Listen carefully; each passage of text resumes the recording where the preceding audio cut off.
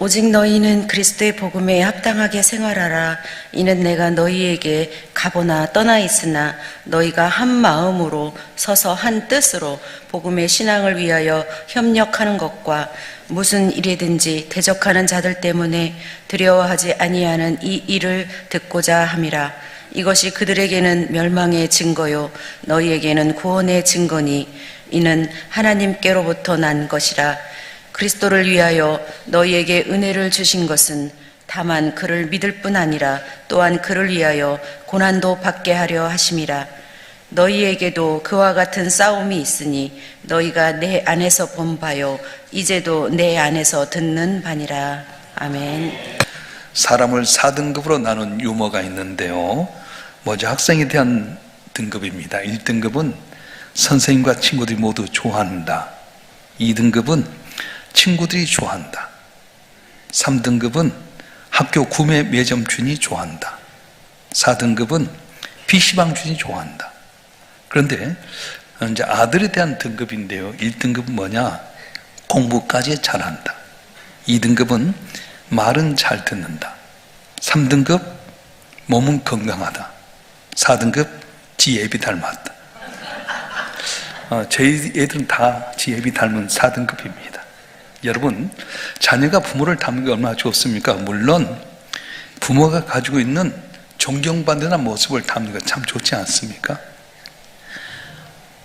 초기 기독교인들은 예수를 잘 믿어서 그리스도인이라고 하는 영광스러운 호칭이 있었습니다. 그리스도인, 이 말은 예수께 속하다, 예수의 사람이다, 그런 말을 들었어요. 그런데 오늘 한국에서는 우리 기독교인들을 비하해서 개독교인이라고 말하게 됩니다. 물론 그 말이 전적으로 동의하지는 않습니다. 기독교를 핍박하고 폄훼한 사람들이 하는 말이지만, 그럼에도 불구하고 개독교인이라고 듣게 된 그런 배경은 우리가 그리스도인다운 삶을 살지 못했기 때문에 하는 것에 대해서는 인정해야 된다고 하는 겁니다. 자, 그렇다면 왜 우리 그리스도인이 그리스도인 되었음에도 불구하고 그리스도인답게 살지 못한 걸까요? 그것은 그리스도인이라고 하는, 그리스도인답다고 하는 것에 대해서 오해하기 때문에 그렇습니다. 사도 바울은 오늘 본문의 말씀을 통해서 그리스도인다운 삶에 대해서 이야기를 해주게 되는데, 보면 27절 앞부분만 한번 이렇게 볼까요? 27절 말씀 앞부분 시작. 오직 너희는 그리스도의 복음에 합당하게 생활하라. 아멘. 다시 한번 시작. 오직 너희는 그리스도의 복음에 합당하게 생활하라. 어떻게 생활하라고요? 복음에 합당하게 생활해라. 그리스도인다운 삶을 살아라. 그런데 여기서 사도는 오직이란 말을 썼어요. 오직 너희는 그리스도의 복음에 합당하게 생활하라. 좀 이상하지 않습니까? 그리스도인의 삶이라고 한다면 어떻게 생각하는 겁니까? 교회 잘 다니고 착하게 살고 선하게 사는 것 아닙니까? 그런데 왜 사도는 그렇게 표현하지 않습니까? 그것은 우리 삶이 그리스도인다운 삶을 표현하지 못하기 때문에 그렇습니다. 왜냐하면 그리스도인 아니어도 착한 삶 살고 선한 삶 살지 않습니까? 그렇기 때문에 그리스도인다운 삶, 그것은 종교적이고 도덕적인 삶이 아니라고 하는 겁니다. 그리스도인다운 삶이라고 하는 것은 복음에 합당한 삶, 다시 말하면서 복음을 받은 사람답게 사는 삶을 말하게 되는데, 복음을 받은 사람답게 살려고 한다면 어떻게 살아야 됩니까? 오늘 본문의 말씀에 보게 되면 복음을 위해 한 마음으로 싸우라, 그렇게 이야기했어요. 아니, 싸우라니요. 복음을 전하라고 해야지 싸우란 말이 맞습니까? 그리고 우리가 본문에 보게 되면 27절 말씀 다시 한번 읽어볼까요? 27절 말씀 다 읽어보겠습니다. 시작. 오직 너희는 그리스도의 복음에 합당하게 생활하라. 내가 너에게 가보나 떠나 있으나 너희가 한 마음으로 서서 한 뜻으로 복음의 신앙을 위하여 협력하는 것과, 여기서 보게 되면 복음의 신앙을 위하여 협력하라 이렇게 돼 있는데, 개역 개정에는 협력하라 되어 있는데 헬라 원문에 보게 되면 한 팀으로 싸우라 이렇게 되어 있어요. 한 팀으로 싸워라. 그리고 한 마음으로 서서 일 때 이 서서라고 하는 말은 방패를 든 군사들이 어깨와 어깨를 나란히 대서 서서히 다가오는 적들을 향해서 상대하는 모습을 이야기하게 됩니다. 그래서 다시 말하면 한 마음으로 서서 한 뜻으로 복음의 신앙을 위하여 협력하는 것과 이 말은 내가 대적들을 향해서 방패와 방패를 딱 등에 옆에 대고 적들을 위해서 싸우는 것을 이야기하고 있어요. 왜 사도는 이런 말을 하고 있을까요? 우리가 그리스도인답게 살려고 할 때 그렇게 살지 못하게 한 수많은 대적이 있다고 하는 겁니다. 다시 말하면, 쉽게 말하면 영적인 전투에 대해서 우리 기독교인들이 무지하다는 거예요. 하루하루 사는 것이 영적인 전쟁인데 이걸 모르고 살기 때문에 우리 유혹에 넘어가 버리게 되고 또 그 삶다운 삶을 살지 못하게 된다는 겁니다. 이렇게 말할 수 있습니다. 왜 나는 매 순간순간마다 그리스도인답게 살지 못하지? 왜 그리스도인답지 못하게 물질을 사용하고 있지? 그리스도인답지 못하게 왜 시간을 활용하고 있지? 왜 그리스도인답지 못하게끔 수근거리고 살아가지? 왜 그리스도인답지 못하게끔 남을 비난하고 비평하는 거지? 왜 그리스도인답지 못하게 유괴시기에 빠지는 거지? 그렇게 이야기하는 거예요. 수근수근하고 비난하고 남을 속이고 거짓하고 남이 사는 대로 그대로 사는 것이 그리스도인답지 못하게 사는 삶인데 왜 그러냐? 유혹에 빠져버린다는 거예요. 나는 말씀대로 살고 싶은데 사탄의 영이 나로 하면 살며시 속이게 만든다는 거예요. 오늘 또 새벽에 나와야 될 텐데 좀 더 자자, 좀 더 졸자, 오늘 안 나가도 되겠지. 이것도 영적인 싸움이라는 거예요. 여러분, 주일날 주일 성수해야 될 텐데 누가 야 오늘 내가 골프 낼 테니까 가자 그러면 골프 치러 가는데 한 번 나가면 30만 원 든다. 웬 떡이냐? 교회 나온 것보다 골프장 가는 거. 이제 여러분 미국에 가면요 그런 경우 많답니다. 제가 미국에 있는 우리 친구 목사에 들었는데 한국 사람이 미국으로 이렇게 살게 되면 많이 속임을 당한대요. 누구에게? 한국 교인에게. 왜 그러냐? 그분도 처음 미국에 갔는데 다 믿고 교인이라고 해서 다 투자했는데 알고 보면 속임당했어요. 그러면 너무 속상하잖아요. 이걸 만회하기 위해서 누군가 잡아야 할 텐데 마치 한국에서 오면 자기가 속임당했던 것처럼 그대로 속인다는 거예요. 여러분 기억하셔요. 우리가 세상을 살아가게 될 때에 선한 일, 착한 일이 아니라 영적인 싸움에서 져버리기 때문에 넘어가는 거예요. 오른편 뺨을 치면 왼편도 돌려대고 겉옷을 원하면 속아가지고 억지를 올려가지고 심리를 동의하는 말씀하셨잖아요. 근데 우리는 오른편 뺨 치면 우리는 왼편 뺨을 치는 거예요. 여러분 오른편 뺨을 맞으려면 상대방이 무슨 손으로 치죠? 내 오른편 뺨을 치려면 상대방이 무슨 손? 왼손. 근데 우리는 남이 내 오른편 뺨 나는 왼쪽 뺨을 쳐버려. 더 강하게 나가는.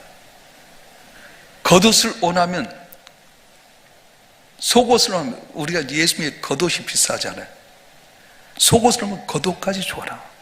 억지를 올라가는 과도가 심리를 통행해라. 항상 우리는 양보하고 믿음 안에서 항상 주의 말씀대로 살아갈 텐데 사탄은 살금없이 우리에게 다가와서 영적인 면에서 그럴듯하게 포장해서 세상적인 삶을 살게 만든 거예요. 빌보 교인이 그랬습니다. 빌보 교인들에게는 율법으로 말미암아 구원 얻는다. 어찌 믿음만 갖고 사느냐? 아니다. 행동과 율법을 갖고 살아야지 내가 믿음으로 사느냐? 그렇지 않다. 행동 바르게 해라. 그러니까 흔들려 버렸어요. 특별히 영재주의라고 하는 것이 있었는데 초대교회 영재주의가 뭐냐면 물질은 악하고 영은 선한 거다. 그래서 살그머니 영적인만 강조하다 보니까 육의 문제를 노터치하게 되어버린 거예요. 이런 유혹에 빠지고 말았어요. 사랑하는 성도 여러분, 오늘 우리의 삶 가운데 중요한 것은 왜 그리스도인답게 살지 못하는가? 영적인 싸움이 있는데 이걸 무지하기 때문에 그냥 눈에 보이는 현상만 바라고 살다 보니까 그리스도인답지 못하게 살고 있다. 그렇게 말씀하고 있는 거예요. 가정에서나 일터에서나 세상에서 심지어 교육에서까지도 마찬가지입니다. 봉사해야 될 텐데 아이고 힘든데 나는 없어도 되겠지. 살고만 빠진 그것도 영적인 싸움이에요. 오늘 여러분 제가 말씀드렸습니다만 아이고 본당 청소를 해야지. 남이 하니까 나 안 해도 되겠지. 그것도 영적인 싸움에 지는 거예요. 편리한 것, 세상의 넓은 길로 따라가 버린 것이 바로 그리스도인답지 못하는 삶이라고 말씀하는 겁니다. 오늘 저와 여러분 한 분 한 분 영적인 싸움을 싸워야 됩니다. 그리스도인답게 살려고 한다면 날마다 싸움 걸어온 대적과 맞서서 싸워야 됩니다. 어떻게요? 말씀대로 주민에게 가르친 대로 살아갈 때에 그리스도인다운 삶을 살아서 칭찬받게 되는데, 저 여러분 한 분 한 분 초대교회가 그리스도인이라고 칭찬받았던 것처럼 우리 삶이 세상에서 그리스도인이라고 칭찬받는 복된 삶이 되길 주님으로 축원합니다. 축원합니다. 한 발 더 나가서 복음을 받은 사람답게 살기 위해서는 어떻게 해야 됩니까? 복음의 대적자를 두려워하지 말아라. 그렇기 위해서는 어떻게 해야 되냐? 기도하라고 하는 거예요. 신앙생활은 유람선 타고 즐기는 생활이 아닙니다. 신앙생활은 전투함 타고 영적 전투를 감당해야 될 치열한 병영생활과 마찬가지예요. 그래서 십자가 군병이라고 말하지 않습니까? 그래서 영적인 전투를 하기 위해서 무장된 사람만이 그리스도인다운 삶을 살게 되는 겁니다. 군대 가보세요. 자기 하고 싶으면 마음대로 못하잖아요. 기상시간 되면 정확하게 그때 일어나야 되고요, 자야 될 시간 자야 되고요, 힘들어서 저녁에 보초생활 보초해야 되고요, 힘들어 훈련하면 훈련해야 되듯이 우리 삶이 영적인 면에서 훈련을 해야 돼요. 그런데 대적이 너무 엄청나기 때문에 두려운 마음이 있어요. 그 두려움을 없애기 위해서 어떻게 하냐? 기도하라고 말씀하는 거예요. 오늘 28절 앞부분 한번 보겠습니다. 28절 앞부분 말씀 시작. 무슨 일에든지 대적한 자들 때문에 두려워하지 아니한 일을 듣고자 함이라. 아멘. 여기까지만 시작. 무슨 일에든지 대적하든지 할 때문에 두려워하지 아니한 일을 듣고자 함이라. 아멘. 무슨 말 듣고 싶다고요? 대적하든지 할 때문에 빌리보고 있는 두려움에 빠지지 않기를 원한다고 하는 말을 듣고 싶었다는 말입니다. 왜요? 강한 대적을 만나면 두려움에 빠질 수밖에 없기 때문에 그렇습니다. 그런데 아무리 강한 대적이 온다 할지라도 기도하면 이길 수 있다고 하는 거예요. 내가 하나님께 기도하면, 하나님의 도움을 구하면 이길 수 있다고 말씀하는 거예요. 할렐루야. 우리 옆 사람이 한번 이야기해 볼까요? 기도하면 큰 대적 사탄도 이길 수 있습니다. 다시 한번, 기도하면 큰 대적 사탄도 이길 수 있습니다. 믿습니까? 기도하면 어떤 대적도 이길 수 있다고 말씀하는 거예요. 수많은 영적 싸움에서 사도 바울이 어떻게 이길 수 있습니까? 많은 핍박과 고난 가운데 그가 우뚝 서서 복음의 승리자로 설 수 있었던 이유가 무엇입니까? 그가 남달랐기 때문입니까? 능력이 좋았기 때문입니까? 아닙니다. 매 순간마다 기도했기 때문에 주께서 능력을 주셔서 많은 핍박과 고난 가운데 우뚝 서서 복음의 증인으로서 사탄의 권세를 물치고 주의 영광을 나타낸 귀한 사도가 됐다고 하는 것입니다. 하지만 안타깝게 우리는 기도하지 않습니다. 기도하면 주께서 도우신다 하는데도 불구하고 새벽 기도하지 않습니다. 수요 기도에 나오지 않습니다. 한 시간도 시간 정해놓고 기도하지 않기 때문에 그리스도인이라 하면서도 세상에 나가서 번번이 패배해버리고 마는 것입니다. 왜 우리가 그리스도인답게 담대하게 살지 못하는 것일까요? 왜 대적과 담대하게 싸워서 이기지 못하는 것일까요? 왜 우리가 쉽게 낭망하고 지치고 쉽게 쓰러지고 상처받고 유혹에 빠진 것일까요? 기도하지 않기 때문이라고 하는 거예요. 여러분, 기도할 시간이 여러분 어디 있습니까? 기도해야 될 장소에 여러분 어디에 있었던 것입니까? 기도하지 않는 사람들, 부부간에서 서로 기도해야 될 때 기도하지 않는 사람들, 자녀를 위해서 기도할 텐데 기도의 자리에 있지 않는 사람들, 직장을 위해서나 교회를 위해서나 나라 민족을 위해서 기도할 텐데 기도하지 않는 사람들, 이런 사람들 때문에 우리는 넘어지게 되고 오히려 개독교라고 하는 불명예스러운 얘기를 당하게 된다는 거예요. 사도 바울은 오늘 우리에게 담대히 이야기합니다. 28절 말씀, 아까 지금 읽었던 말씀을 한번 다 같이 읽겠습니다. 28절 말씀 시작.